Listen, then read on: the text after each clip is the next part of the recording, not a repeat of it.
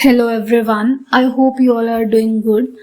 So, I am starting with this unit 2 of course 7 Education in the Emerging Indian Society and School Administration.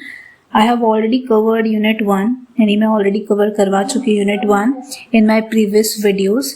So, you can check that out from my channel. और अभी हम इस वाले unit की बात करेंगे unit 2 which is philosophy and educational foundation in India. So इस video में I have covered the 2.1 idealism, naturalism, pragmatism and humanism और नेक्स्ट वीडियो में 2.2 कवर होगा. Okay, so let's start. So this like we will study about the overview of different educational philosophies. So यहाँ पे हमारी total 4 philosophies होती है that are idealism, naturalism, pragmatism and humanism. इन सब के बारे में हम डिटेल में पढ़ेंगे आगे अभी, लेकिन उससे पहले हम जान लेते हैं कि फिलोसफी ऑफ एजुकेशन होती क्या है. So philosophy of education focuses on understanding the true nature, purpose and values of education. यहाँ पे जो हमारे 3 दे रखे हैं, I'm so sorry, yeah. So it focuses on understanding the true nature, purpose and values of education. Basically, education किस तरह की है, उसका क्या पर्पस है, उसको क्या क्या वैल्यूज़ लेके आती है. सो ये सारा सब कुछ हमारा फिलॉसफी बताती है ऑफ एजुकेशन. ठीक है. It brings together philosophers and educators to develop a meaningful education system. ये क्या करता है, ये philosophers यानी कि जो philosophy देते हैं, educators जो देते हैं ये philosophies को, they develop a meaningful education system. इनका होना बहुत ज़रूरी है education system में, because ये हमें education के nature, purpose और values के बारे में बताते हैं. Okay? So the central concern is to ensure that education helps in preserving human dignity and values. So ये हमारा central concern होता है, important concern होता है कि जो education है वो हमें मदद करे human की dignities और values को बरकरार रखने में, preserve करने में. So it emphasizes a broader perspective where education is not just knowledge transfer but also human development. सो ये क्या करता है, ये एक ब्रॉडर पर्सपेक्टिव हमें लाइक उस पर एम्फसाइज करता है, एक ब्रॉडर पर्सपेक्टिव हमें दिखाता है जहाँ पे पता चलता है कि एजुकेशन सिर्फ नॉलेज नहीं है, नॉलेज का ट्रांसफ़र नहीं है, बल्कि ओवरऑल ह्यूमन का डेवलपमेंट भी होता है. Okay, then there is a meaning of philosophy of education. So it is a branch of philosophy that deals with nature, aims and objectives, problems and challenges in education. So इन 3 चीज़ों के बारे में हमें philosophy बताती है, यानी कि उसकी 3 ब्रांचेस हैं. ठीक है.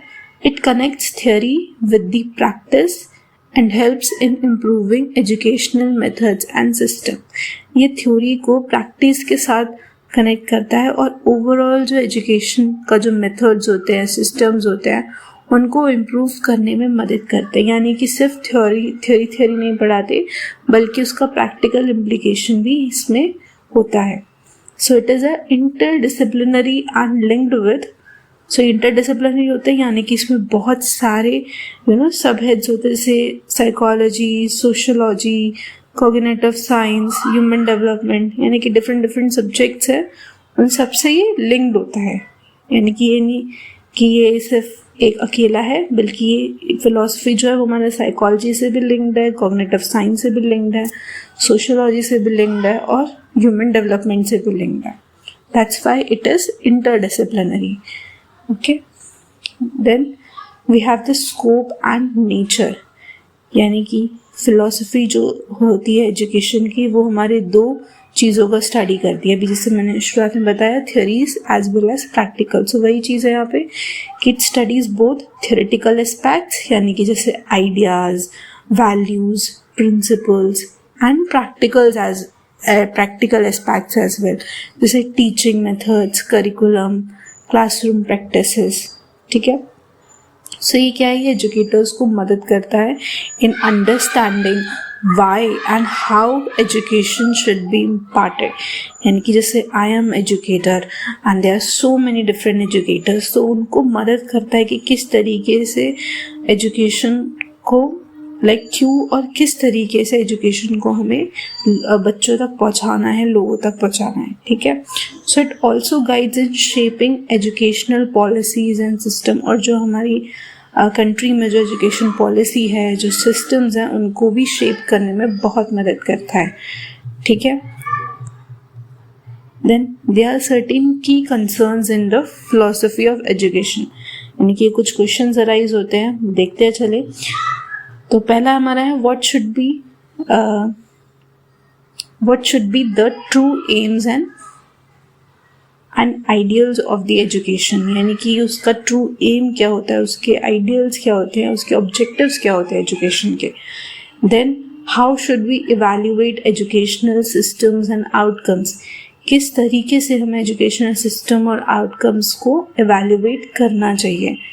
Then what value should education promote. यानी किस तरीके की वैल्यू एजुकेशन प्रमोट करती है. Then what should be the role of teachers, students and parents. इन सब के रोल. सो ये सारे जो कंसर्न्स है, ये फिलोसफी ऑफ एजुकेशन रेज करती है, ये क्वेश्चंस रेज करती है, और इनके सॉल्यूशंस हम जब पढ़ते हैं फिलोसफी के बारे में तो हमें मिलते ही हैं आंसर्स इन सब के. ओके, आई होप ये क्लियर हो गया होगा.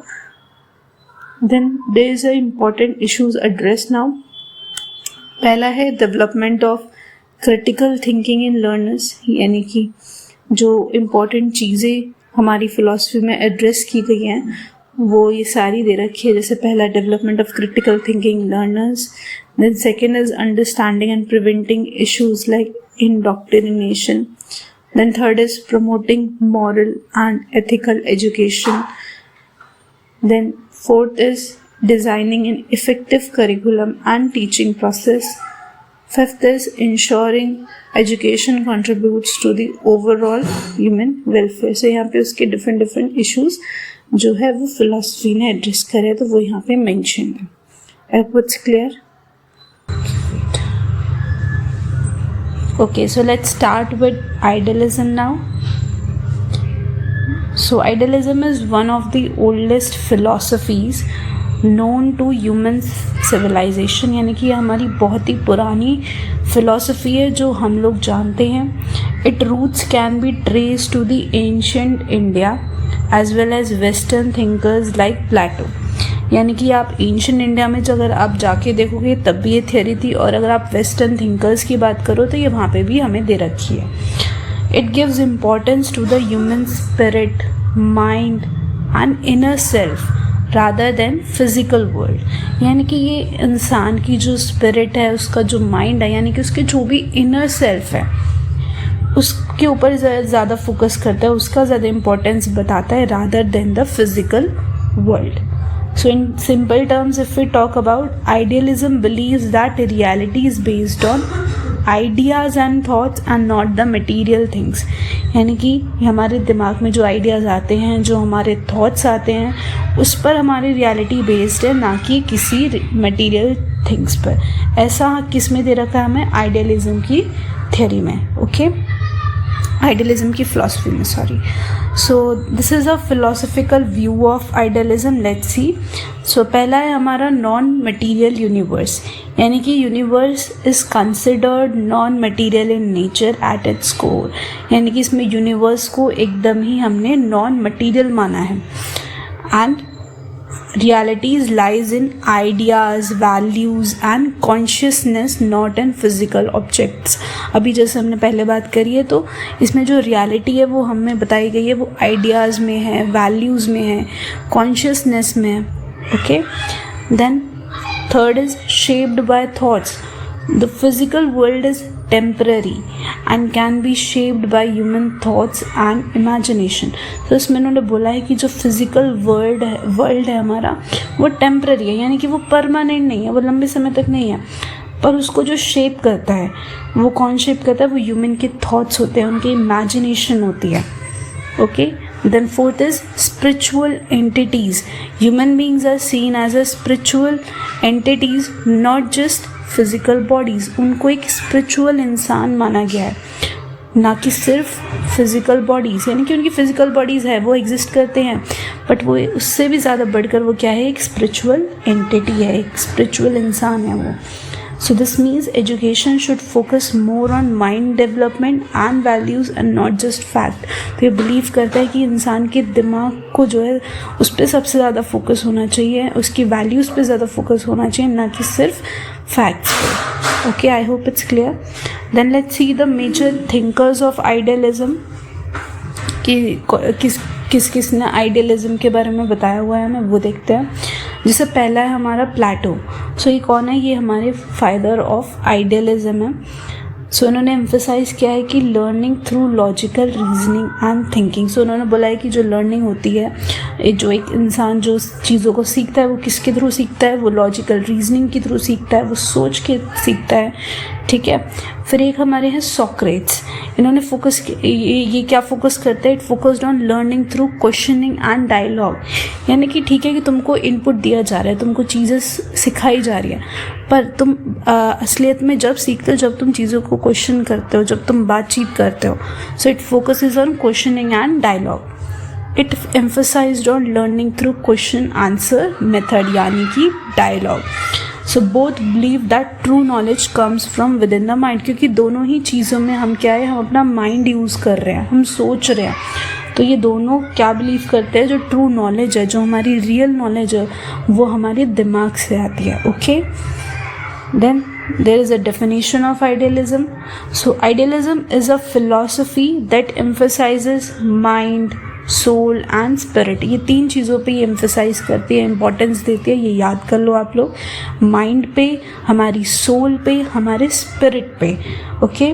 सो it believes in refined knowledge and higher values. ये हायर वैल्यूज़ पे फोकस करते हैं, हमारी रिफाइंड नॉलेज पे फोकस करती है. तो अगर सिंपल वर्ड्स में बोले हम, so true knowledge is not gain through senses alone.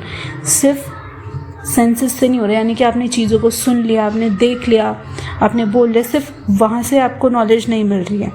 लेकिन जब आप उसको सोच रहे हो, आप उसको अंदर से समझ रहे हो, तो वो भी बहुत ही इम्पॉर्टेंट रोल प्ले करता है नॉलेज को गेन करने में. Okay. Then there are certain principles of idealism. Let's see. So पहला हमारा है एग्जिस्टेंस ऑफ यूनिवर्सल माइंड और यूनिवर्सल ट्रुथ. जो पहला प्रिंसिपल हमारा बताता है कि there is a existence of universal mind और universal truth. Then second talks about the human beings are spiritual in nature. अभी हमने पहले वही पढ़ा था. सो वही चीज़ हमारी क्या है, इसमें वो प्रिंसिपल के रूप में आइडियलिज्म में डाल दिया गया. Then third is the world of ideas and values is superior to the material world. यानी कि वो इंसान के आइडियाज़, उनके वैल्यूज़ को वो ऊपर रखती है इस मटीरियल वर्ल्ड से. Okay. Then fourth is real knowledge is gained through mental process and reasoning. यानी कि आप सोच रहे हो, आप लॉजिक लगा रहे हो, यानी कि एक तरीके से आप अपने दिमाग की एक्सरसाइज कर रहे हो, आप ब्रेन स्ट्रॉम कर रहे हो. सो वो वहाँ से हमें रियल नॉलेज मिलती है. ठीक है. So education should focus on developing thinking abilities and moral values. I hope you all clear हो गए होंगे principles. Now let's see about the aims of education in idealism.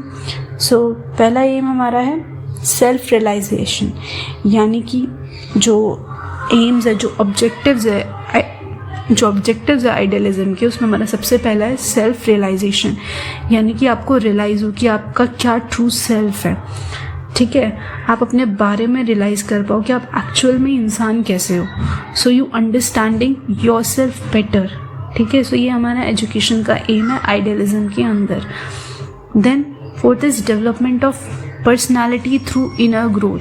जब आप अपने आप को समझ पाओगे, आप कैसे हो, आप में क्या कमियां हैं, तो आप अपने आप को बेहतर बनाने की कोशिश करोगे. और वो किसके ज़रिए हो पाएगा, एजुकेशन के थ्रू. ठीक है. So it overall develops your personality through inner growth. Then third is promotion of universal education, यानी कि सबको एजुकेशन मिले, ये वो भी प्रमोट करता है. Then fourth is development of creativity and imagination. जब आप अपने दिमाग को प्रोसेस में लाते हो, जब आप अपना दिमाग यूज़ करते हो, लॉजिक्स अप्लाई करते हो, आप सोचते हो, तो that develops the creativity and imagination. Then next is preservation and transmission of cultural heritage, यानी कि जो कल्चर से जो चीज़ें, जो हमारे कल्चर से हमें चीज़ें मिली हैं उनको ये प्रिजर्व करता है, उनको बरकरार रखता है, उनको संभाल के रखता है और आगे जनरेशन में उसको ट्रांसमिट करता है, ट्रांसफ़र करता है। Okay, the next is enrichment of cultural environment, यानी कि उसको और ज़्यादा, जो आपका कल्चरल एनवायरनमेंट है उसको और ज़्यादा बेहतर बनाता है, एनरिच करता है। Then development of moral sense, यानी कि जो आपकी मॉरल ड्यूटी है उसको भी ये डेवलप करता है, जो आपकी वैल्यूज़ है उन सबको ये डेवलप करता है। Then there is a cultivation of your spiritual values as well. So overall aim is to develop a morally strong, cultural and spiritually aware individual. So ये उसका basically main aim है। तो अगर आप जब ये सारे एम्स पढ़ोगे तो आप ये लास्ट वाला जो एम है इसको दिमाग में रखना, and then you read all this point. Okay, now there are certain teaching methods also in idealism. So let's see, first is lecture method, यानी कि जिसमें टीचर जो है वो कॉन्सेप्ट को क्लियरली बताते हैं, जैसे कि मैं अभी आपको बता रही हूँ। So this is a lecture method. Then there is second a discussion method, यानी कि exchange of ideas for deeper understanding, यानी कि फॉर एग्जाम्पल मैं आपको जैसे अभी ऑनलाइन पढ़ा रही हूँ, इसमें if I you know discuss with you in classroom, यानी कि मैं समझा रही हूँ, मैं आपसे ओपिनियन ले रही हूँ and you are sharing your ideas with me. So इससे क्या होता है कि आपकी अंडरस्टैंडिंग और बेहतर बढ़ती है। Okay, then third is question answer method, यानी कि सपोज मैं आपसे क्वेश्चंस पूछ रही हूँ and you are giving me the answers based on your knowledge. So ये क्या है कि आपकी थिंकिंग को इंकरेज करता है। सो ये कौन सा मेथड हमारा? सोक्रेटिक मेथड है। Okay, then there is next project method, यानी कि हम एक्टिविटीज़ के थ्रू भी लर्न करते हैं, यानी कि जो हमने थ्योरेटिकली चीज़ों को सीख लिया, अगर हम उसे प्रैक्टिकली अप्लाई कर रहे हैं तो वो आपको सीखने में बहुत मदद करता है। देर इज़ एक्सकर्जन मेथड, यानी कि आप रियल लाइफ ऑब्जर्वेशन, आप चीज़ों को ऑब्जर्व करके सीख रहे हो। सो बेसिकली जो हमारे टीचिंग मेथड्स है, it focuses on thinking, reasoning and understanding and not just memorize, यानी कि सिर्फ रट्टा नहीं मानना, सिर्फ पढ़ लिया ऐसा नहीं, बट आप उसको अप्लाई कर रहे हो, आप उसके बारे में सोच रहे हो, आप उसको समझ रहे हो, ये सब भी इसमें बताया गया है। Then now let's see about our new philosophy, ये हमारी सेकेंड फ़िलासफ़ी है नेचुरलिज़म के बारे में। So naturalism is a philosophy which considers nature as the ultimate reality, यानी कि हमने आइडियलिज़म में पढ़ा था कि वो इंसान के वैल्यूज़ होते हैं, उनकी थिंकिंग होते हैं, ये सब बात करी थी हमने। अभी जो नेचुरलिज़म फ़िलासफ़ी ये बताती है कि जो इंसान के नेचर में चीज़ें हैं, है ना, उसको कंसिडर किया जा रहा है, उसको अल्टीमेट रियलिटी माना जा रहा है। So it believes that everything in the world is made up of matter and natural forces, यानी कि आइडियलिज़म में जैसे वो मटेरियल थिंग्स पे फोकस नहीं कर रहा था, यहाँ पे नेचुरलिज़म में वो मटेरियल थिंग्स पे फोकस कर रहा है, उसके नेचर पे फोकस कर रहा है। सो यहाँ पे मैटर आ गए, नेचुरल फोर्सेस आ गए, ये सब। It rejects any supernatural or spiritual explanation of reality, यानी कि जैसे आइडियलिज़म में हम स्पिरिचुअल चीज़ों के बारे में बात कर रहे थे, वैल्यूज़ के बारे में बात कर रहे थे, यहाँ पे नेचुरलिज़म उसको रिजेक्ट करता है, उसको मना करता है, बोलता है कि कोई भी सुपर नेचुरल चीज़ें नहीं होती, कोई भी स्पिरिचुअल चीज़ें नहीं होती, हम एक्सप्लेन नहीं कर सकते रियलिटी को स्पिरिचुअल चीज़ों से। सो वो सिर्फ जो चीज़ें दिख रही हैं, जो चीज़ें फैक्ट है, उस पर फोकस कर रहा है। Okay, so in simple terms if we see only what we can see, यानी कि जो चीज़ें दिख रही हैं, नॉट एब्स्ट्रैक्ट थिंग जिसको हम फील कर पा रहे हैं, ये उस पर फोकस नहीं कर रहा, जो हमें दिख रहा है उस पर। ठीक है, what we can see, what we can experience, what we can observe in nature is real, जो हम नेचर में देख सकते हैं, उनसे सीख रहे हैं, ये सब नेचुरलिज्म में हमें बताया गया। Then there is philosophical view of naturalism. First is nature is the source of all knowledge and truth. तो उसमें जो हमारा पहला फिलोसफिकल व्यू है वो ये बताते हैं कि जो नेचर है वो हमारे नॉलेज और ट्रुथ का सोर्स है, यानी कि जो चीज़ें हमें सीखनी है, जो हमें सच्चाई जाननी है, वो हमें नेचर से ही मिल रही है। Then second is human beings are part of nature, यानी कि जो हम ह्यूमन बींग्स है वो हम भी नेचर का ही पार्ट है, and we are governed by the laws, जो हमारे लिए लॉज जो बनाए गए हैं हम उसके अकॉर्डिंग चलते हैं, उसके अकॉर्डिंग हम अपना जीवन जीते हैं। Then life and development are influenced by physical, biological, environmental sources. तो जो हमारी लाइफ है, हमारा जो डेवलपमेंट है वो किससे इन्फ्लुएंस्ड होता है? फिजिकल फोर्सेस से, बायोलॉजिकल फोर्सेस से, इन्वायरमेंटल फोर्सेस से। Then human behaviour is guided by instincts, emotions and natural tendency, यानी कि जो हमारा बिहेवियर है, हम ह्यूमन बींग्स का जो बिहेवियर है, they are guided by our instincts, emotions, natural tendencies, ये सब। So this means education should follow the natural growth of the child and not force learning, यानी कि ये फोकस करता है कि नेचुरली जिस तरीके से बच्चा ग्रो कर रहा है उस तरीके से हम एजुकेशन को फॉलो करें, ना कि उनके ऊपर जो लर्निंग है थोपी जाए, यानी कि उनको ज़बरदस्ती सिखाया जाए। वो अपनी एज के अकॉर्डिंग जैसे उनकी चीज़ें चलती आ रही है वो धीरे धीरे चीज़ों को सीखेंगे, उस पर फोकस कर रहा है। Then there are certain thinkers as well in naturalism, जैसे हमारा फर्स्ट इसमें है Jean Jacques Rousseau, I don't know how to pronounce it, and there is then Aristotle. So इन्होंने जो जीन है उन्होंने हमें कुछ इन्होंने हमें कुछ पॉइंटर्स दे रखे, जैसे they strongly believe that child should be allowed to grow freely according to the nature, यानी कि बच्चों को फ्रीली आप उन्हें ग्रो करने दो, उनको चीज़ों को सीखने दो नेचर के थ्रू, उन पे फोर्स मत करो, उन्हें रोको मत, ठीक है। So society often corrupts natural development, यानी कि सोसाइटी क्या होती है वो कई बार उनको रोक देती है, उनको कुछ ऐसी चीज़ें सिखाते हैं जो उनके एज के अकॉर्डिंग नहीं होती है। सो नेचुरलिज्म बताता है कि उनको हम फ्रीली ग्रो करने दें, उन्हें अपने अकॉर्डिंग पे चीज़ों को सीखने दें नेचर के through. Then there is definition of naturalism. So naturalism is a philosophy that denies the existence of anything supernatural. यानी कि कोई भी चीज़ supernatural है, कोई भी spiritual thing है, ये उसको deny करता है। It believes that truth can be discovered only through nature and experience. यानी कि उन्होंने बोला अगर आपको सच्चाई जाननी है तो वो आपको nature के थ्रू मिलेगा, वो आपको experience के थ्रू मिलेगा। So in simple words, learning happens best through real life experiences and interactions with the nature, यानी कि आप जितना नेचर के साथ इंटरेक्ट करोगे, जितने आपको उनसे एक्सपीरियंसेस गेन होंगे, आप वैसे वैसे आप चीज़ों को सीखोगे। आई hope it's clear. So now let's talk about the principles of education, principles of naturalism. सो पहला जो हमारा नेचुरलिज्म है उसकी क्या प्रिंसिपल है, वो है चाइल्ड सेंटर्ड एजुकेशन, यानी कि चाइल्ड पे फोकस होता है। So education should support natural development of the availabilities, यानी कि वो जिस तरीके से नेचुरली डेवलप हो रहे हैं उसको वो सपोर्ट करता है। It emphasises on psychology of the child, यानी कि बच्चे का जो साइकोलॉजी, उसका जो मानसिक स्थिति है, वो उसका जो माइंड है उस पर वो फोकस करता है, उसकी साइकोलॉजी पे फोकस करता है। So the concept of negative education, so there is a concept of negative education in this, यानी कि no unnecessary interference in early stage, यानी कि ज़बरदस्ती बच्चों पे दबाव नहीं डालना चाहिए, उन्हें ज़बरदस्ती कोई चीज़ सिखानी नहीं चाहिए।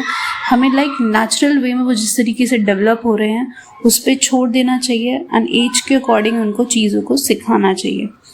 सो यहाँ पे क्या है, teacher act as a guide and not an authority, यानी कि टीचर एक गाइड का रोल प्ले करता है, टीचर बच्चों को समझाने का रोल प्ले करता है।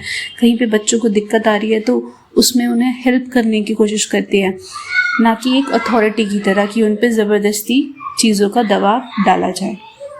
Then focuses on freedom and natural growth and not the strict discipline, यानी कि फ्रीडम पे फोकस होता है और नेचुरली बच्चा जिस तरीके से ग्रो हो उस पर फोकस करता है, ना कि स्ट्रिक्ट डिसिप्लिन पे।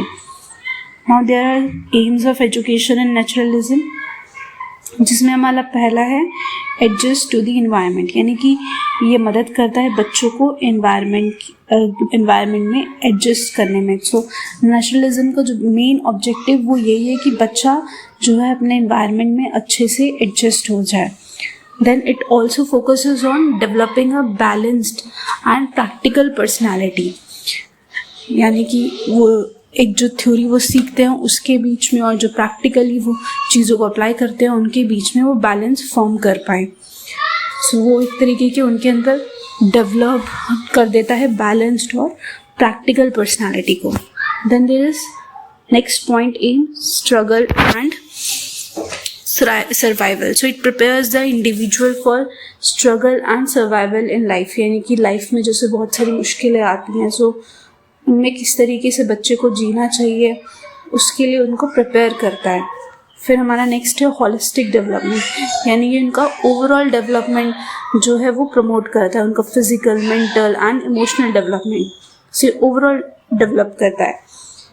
सो इसका जो अगर हम जो ओवरऑल एम है उसकी बात करें तो ये क्या है, to develop a self reliant and naturally developed individual, यानी कि जो बच्चा है उसको सेल्फ रिलायंट बनाने के लिए कि वो अपने खुद के पैरों पे खड़ा हो सके, अपने खुद की नीड्स को खुद फुलफिल कर सके, उन सब को यानी डेवलप करने में मदद करता है।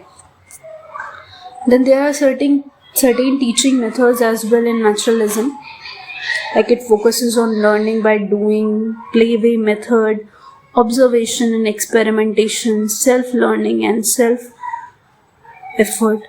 So basically जो हमारी learning है वो हमारा एक्टिविटी बेस्ड होना चाहिए, यानी कि जो चीज़ें बच्चों ने सीखी है वो उसको रियल वर्ल्ड में अप्लाई कर सके, सो उसके लिए एक्टिविटी बेस्ड होना बहुत ज़रूरी है।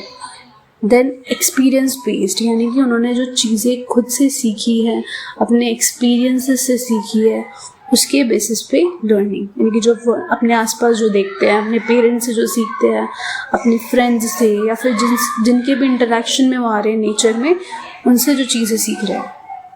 Then it should be connected with the real life, यानी कि जो अपनी लाइफ में जो चीज़ों से सीख रहे हैं, अपनी लाइफ में जो चीज़ें सीख रहे हैं, that should be the focus.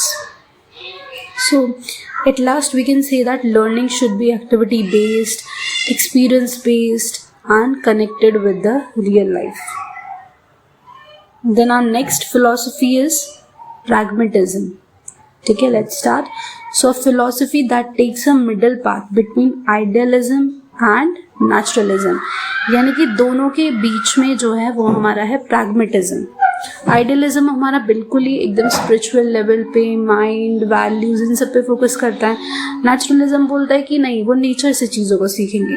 तो इनका जो बीच का जो पाथ है वो हमारा डिसाइड करता है, मतलब वो बीच का जो पार्ट हमारा जो आता है, बीच का जो पाथ है वो हमारा प्रैग्मेटिज्म है। Okay, so let's C now. So this word pragma comes from Greek. It is a Greek word, pragma, and it means action. Okay. It is also known as instrumentalism, functionalism, experimentalism. अभी हम देखेंगे कि इन चीज़ों का मतलब क्या होता है। यानी कि इस pragmatism को हम इंस्ट्रूमेंटलिज्म भी बोलते हैं, फंक्शनलिज्म भी बोलते हैं एंड एक्सपेरिमेंटलिज्म भी बोलते हैं। ठीक है, so in simple words pragmatism believes that learning happens through action and experience, यानी कि जो बच्चा है वो अपने एक्सपीरियंसेस से सीखता है, वो जो चीज़ें उसने थ्योरेटिकल वे में सीखी है उनको जब अप्लाई करता है, यानी कि लर्निंग बाय डूइंग, उससे वो चीज़ों को सीखता है। ये ऐसा प्रैग्मेटिज्म ने बताया है। So now will see about the philosophical view of pragmatism. So पहला है रियलिटी इज चेंजिंग, यानी कि reality is not fixed, it is continuously changing and evolving. यानी कि जो हमारी जो असलियत में जो रियलिटी होती है वो कभी भी फिक्स नहीं होती, इट कॉन्टिन्यूसली चेंज, वो इवॉल्व होती रहती है, यानी कि कोई एक फिक्स्ड रियलिटी हमारी नहीं है। देन ट्रूथ इज रिलेटिव, यानी कि कोई एब्सोल्यूट ट्रूथ नहीं है, it depends on the practical usefulness, यानी कि वो हर एक के एक्सपीरियंसेस के अकॉर्डिंग वो किस तरीके से लाइफ में अप्लाई कर रहे हैं उस पर डिपेंड करता है। So it depends on the practical usefulness. Then knowledge via experience. Knowledge is created through experience and interaction with the environment. So जो इंसान की जो नॉलेज बढ़ती है वो उनके एक्सपीरियंसेस के थ्रू बढ़ते हैं, उनका इन्वायरमेंट के इंटरेक्शन के थ्रू बढ़ती है। तो आपने यहाँ पे चीज़ों को देखा कि यहाँ पे नेचुरलिज्म का भी पॉइंटर आ गया, यानी कि वो जब इन्वायरमेंट के साथ इंटरेक्ट कर रहे हैं, उनके जो वहाँ से एक्सपीरियंसेस डेवलप हो रहे हैं, वहाँ से उनकी नॉलेज बढ़ रही है। ठीक है, so what works in real life is considered true and valuable. Now let's talk about the major thinkers of the pragmatism. जैसे हमने आइडियलिज्म में देखे थे और नेचुरलिज्म में देखे थे, उनके डिफरेंट डिफरेंट थिंकर्स थे, तो ऐसे ही हमारे प्रैग्मेटिज्म में है। सो लेट्स सी कि उन्होंने क्या बताया था प्रैग्मेटिज्म के बारे में। सो जॉन ने बोला था कि ही एम्फसाइज्ड कि education should be based on experience and activity, school should be like a mini society. Okay, so उन्होंने बोला था कि बच्चों को यानी कि उनके एक्सपीरियंसेस के थ्रू, वो क्या एक्टिविटीज़ परफॉर्म कर रहे हैं उसके थ्रू उनको एजुकेशन मिलनी चाहिए। यानी कि स्कूल को एक kind of a mini society होना चाहिए जहाँ पे वो लोगों से इंटरेक्ट करेंगे, उनको डिफरेंट डिफरेंट एक्सपीरियंसेस मिलेंगे। सो उस पर फोकस किया था। ओके, सो विलियम जेम्स ने हमारा बोला था कि he developed the pragmatist philosophy and he argued that truth is what works in practice. Then Charles ने बोला था कि he's again a founder of pragmatism and he believed that the meaning of ideas lie in their practical effects, यानी कि वो practically कितना apply हो पा रहा है उसमें उससे पता चलता है कि आइडियाज का क्या रियल मीनिंग है जब आप उसे प्रैक्टिकली अप्लाई कर सकते हो। सो आप ये चीज़ें देख लेना। Then we have a definition of pragmatism. So pragmatism is a philosophy which states human beings create their own values through activities and experiences. यानी कि जो चीज़ें वो एक्सपीरियंस करते हैं, जो एक्टिविटीज़ वो कर रहे हैं, उनके बेसिस पे वो अपनी खुद की वैल्यूज़ बनाते हैं। यानी कि उन पे वैल्यूज़ थोपी नहीं जा रही हैं, वो अपने लिए खुद वैल्यूज़ बनाते हैं। And reality is kind of still in the process of making, यानी कि कोई एक फिक्स्ड रियलिटी नहीं है किसी के भी लिए, वो एक प्रोसेस में है। यानी कि आप जैसे जैसे नई नई चीज़ें सीख रहे हो वैसे वैसे आपकी रियलिटी बदलती जा रही है। So truth is determined by its practical result, यानी कि जो सच्चाई है वो उसका प्रैक्टिकल रिजल्ट पे डिपेंड करता है, जो उसका आउटकम आता है उस पर डिपेंड करता है सच्चाई। So if an idea is useful in real life it is considered true. अगर जो आइडिया है वो आपका रियल लाइफ में यूजफुल है सो उसको हम सच मान लेते हैं, ऐसा प्रैग्मेटिज्म में दिया हुआ है। Then we have the principles of pragmatism. Now there are certain principles in this, like human beings is biological and social organism, ये हमें पता है, right? Then knowledge should be experimentally verified, यानी कि जो knowledge है उसको experimentally verifiable होना चाहिए. Then there are no absolute values, values are relative, ये भी हमने भी शुरुआत में पढ़ा था. Then truth is what works in the practical solution, just अभी हमने पढ़ा ये चीज़ भी. Then focus is on present and immediate future, यानी कि present पे focus होता है और जो आने वाला future है उस पे. Then knowledge should be based on experience, यानी empirical होता है. Only those ideas are real which can be applied in the real life, यानी कि जो भी हमने चीज़ें पढ़ी हैं उसी को ही रिफ्रेम करके अलग अलग वर्ड्स में डाल के उन्होंने pragmatism के principles बता दिए. So learning must be practical, useful and experience based. Then there are certain teaching methods in pragmatism. First is learning by doing, second is progressive learning, third is integration of subject. तो पहला हमारा जो teaching method है वो है learning by doing, यानी कि जो स्टूडेंट्स है दे gain knowledge through hands on activities and direct experience, यानी कि वो चीज़ें जो खुद एक्सपीरियंस कर रहे हैं एक्टिविटीज़ के थ्रू वो चीज़ों को सीखते हैं.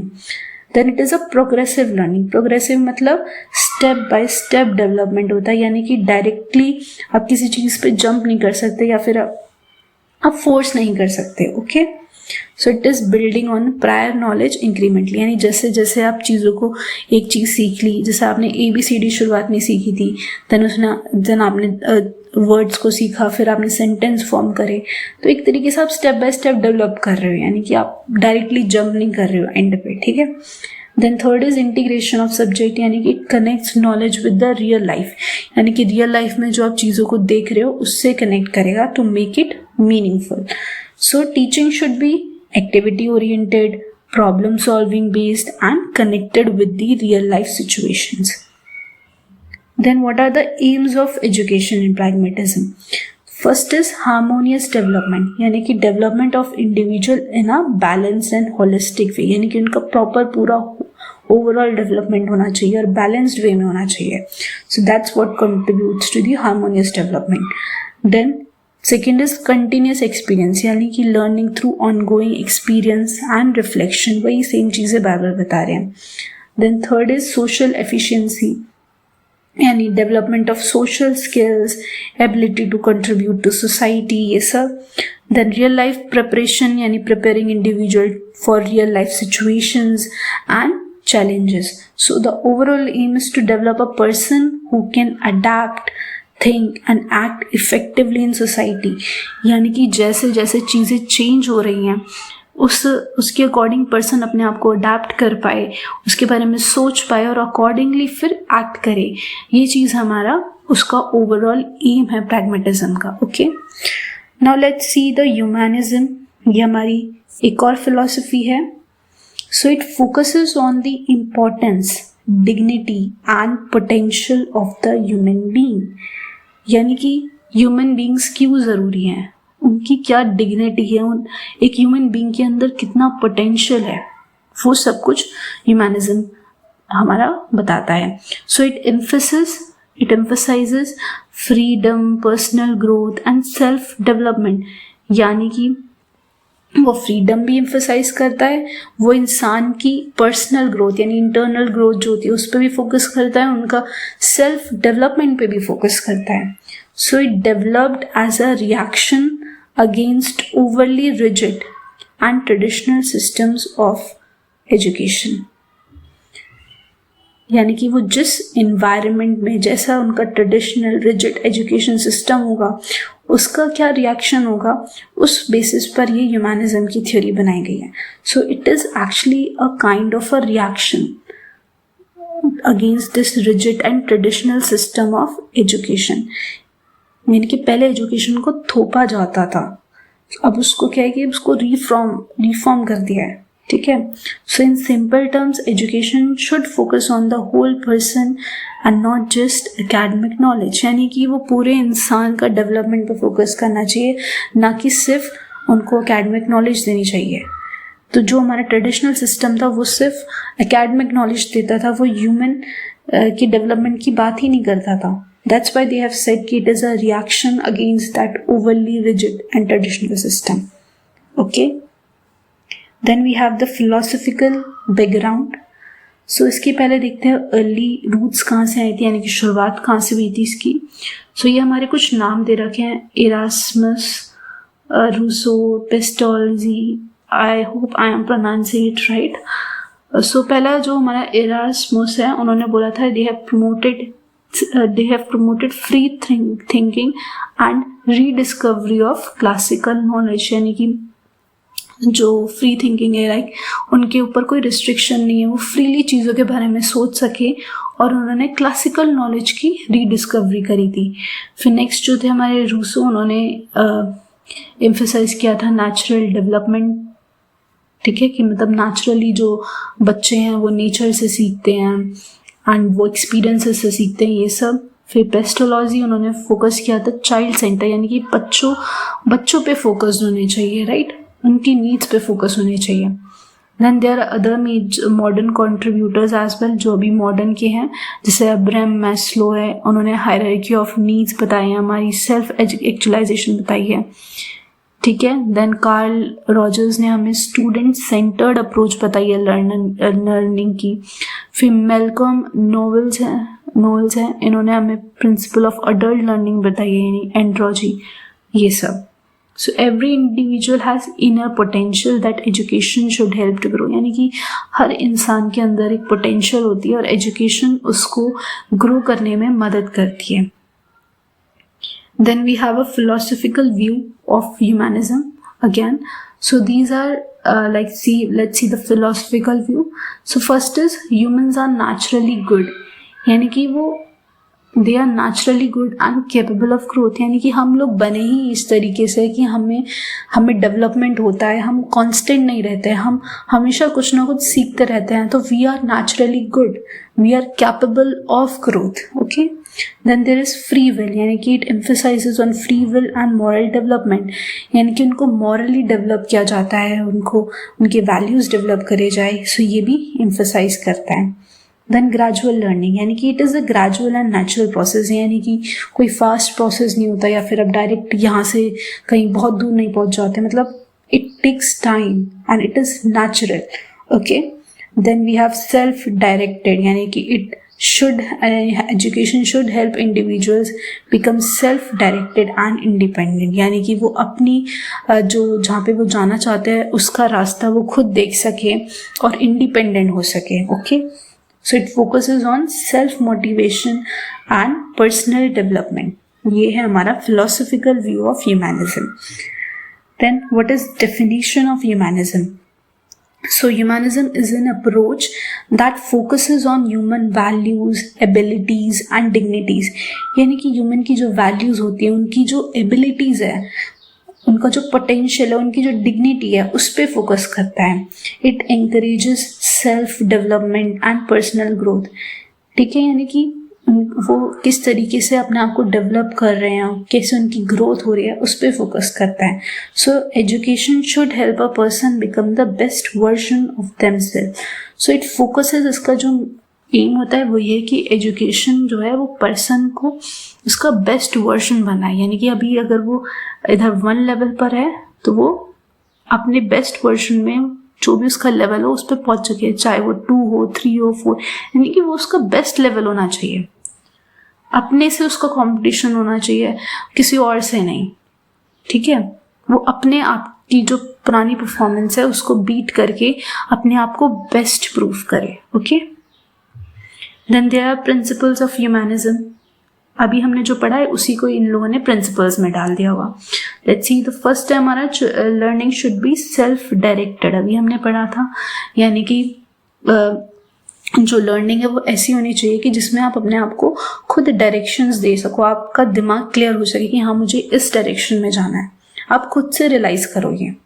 Then student should learn how to learn. उनको सिर्फ ये नहीं है कि सिर्फ रट्टा लगवा दिया, उनको पता हो कि मतलब क्यों वो पढ़ रहे हैं, कैसे वो पढ़ रहे हैं, ये सारी चीजें.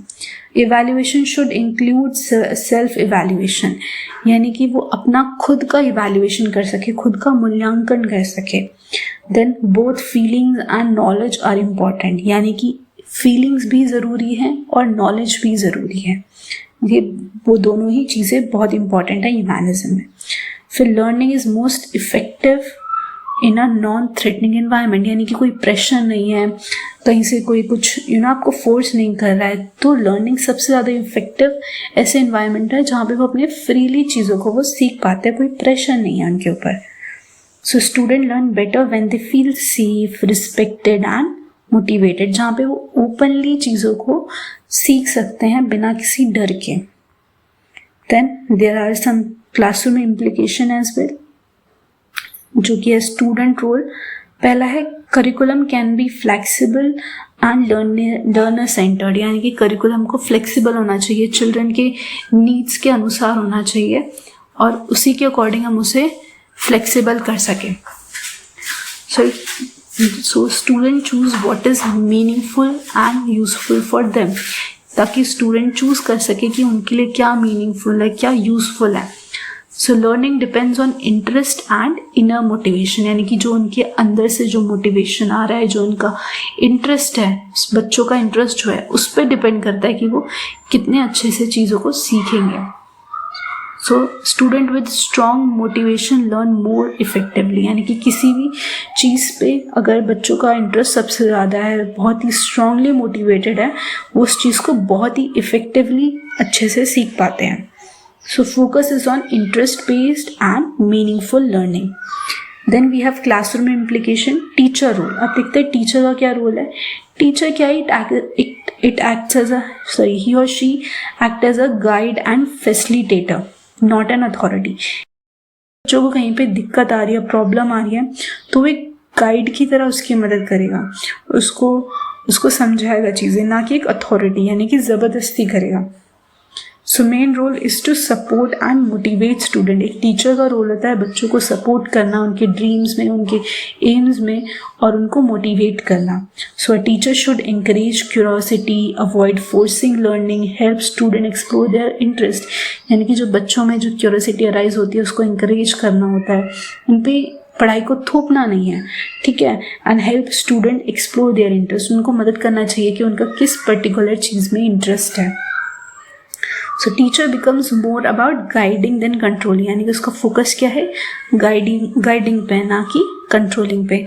सो ये हमारी समरी दे रखी है, ये सारी चीज़ें वही हैं जो मैंने अभी आपको बताई हैं।